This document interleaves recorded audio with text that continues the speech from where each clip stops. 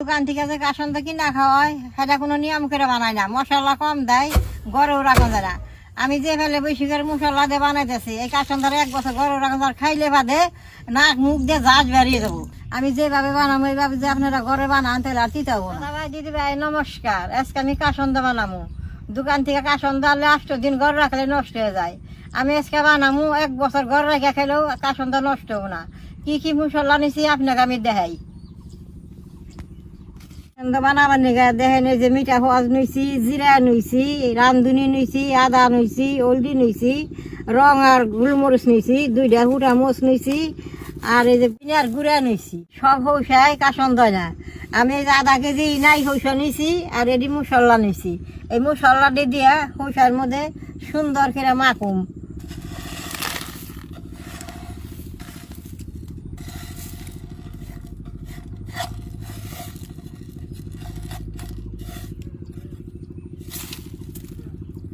হৌসাটা আমি আগে বেশ সুন্দর করে দিয়ে নিছি, ছান করে হৌসাটা ধুইয়া শুকিয়ে নিছি।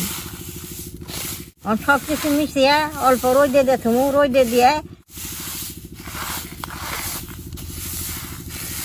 দাদা ভাই দিদি ভাই, আমি তো আগের দিনের মানুষ, দিতে পারিয়া কাসন্দটা বানাবো। এই যে দেখেন সব মশলা দিয়ে মাইকা নিছি, এটা রোদে দিয়ে শুকাইলে দিতে পারাইতে সুন্দর গুঁড়ো হবো।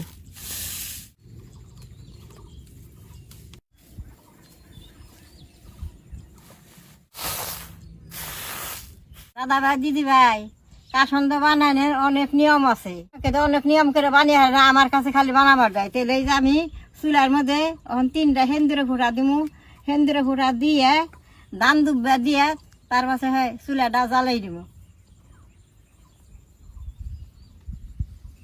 নিয়ম দেখে আমিও কাসন্দ বানাই না, ভাবছি বলে আজকে আপনাকে কাসন্দটা বানিয়ে দেখামু। কাসন্দ বানাবো না, দেখেন একটা নতুন হান্ডি রাইখে নিছি। এটা খুব নিয়ম করে বানান নাকি। জল নিছি, জলটা হান্ডির মধ্যে দিয়ে দিব।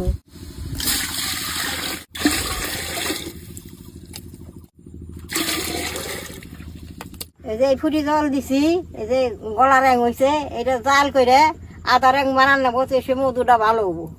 এইরকম ডাকনাতে জাল দিব, তাই মধুটা ফট করে গরম হয়ে যাবে।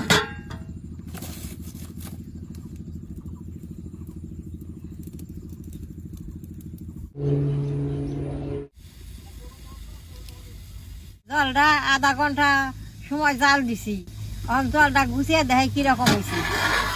ওইটা দেখেন জলটা কেমন সুন্দর বলক পড়তেছে। সন্ধ্যা বানাইলে জলটা এরকম জাল করে নেওয়ার লাগবো। জলটা তো 1/2